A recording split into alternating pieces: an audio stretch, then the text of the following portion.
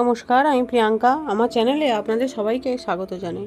সকাল সকাল ঘুম থেকে উঠে চা নিয়ে বসে পড়েছি। এখন আর সকাল নেই, কখন যে ঘুমাই কখন যে উঠি তার আর কোনো ঠিক নেই। যাই হোক, চা ছাড়া তো আর সকাল শুরু হয় না। যখনই উঠি না কেন চা তো মাস্ট। বেবি হওয়ার পর সময় যে কোন দিক দিয়ে চলে যাচ্ছে তা বুঝতে পারছি না। বেবির পেছনেই যেন সময়টা পুরো চলে যাচ্ছে।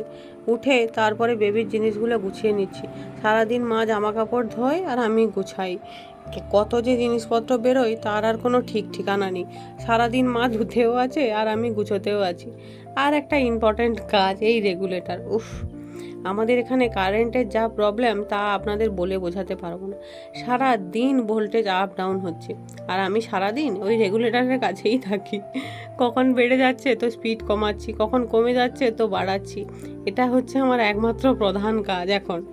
তারপর বাবা বেবির কাছে বসছিল, আমি একটু এদিক ওদিক ঘুরছিলাম। সারাক্ষণ কি আর ঘরে বসে থাকতে ভালো লাগে বলুন? আর দেখুন, ঘর আর আমার ঘর নেই, চতুর্দিকে বেবির জিনিসপত্র।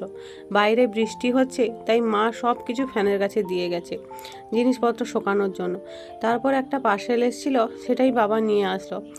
আমার বেবির মিমি তার জন্য একটা ক্লথ পাঠিয়েছে, অর্ডার দিয়ে গেছিলো, আজকে দিয়ে গেল।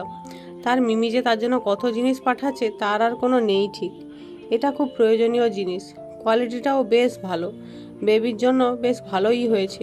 এটা খুব প্রয়োজন ছিল, কেনা হয়নি, তার মিমি কিনে পাঠিয়ে দিয়েছে।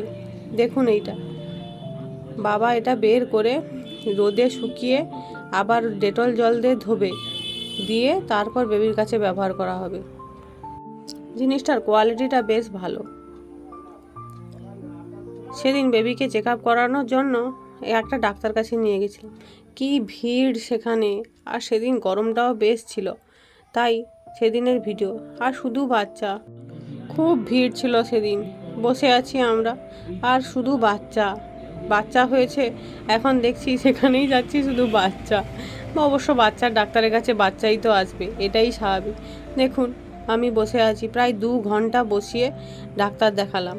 তারপর বাড়ি ফিরছি। মা বেবিকে নিয়ে আগে আগে যাচ্ছে, আমি পেছন পেছন চলছি। আর এইদিকে সন্ধেবেলা মা চা দিয়েছে, চা খাচ্ছি। ভিডিওটি তাহলে এই পর্যন্ত।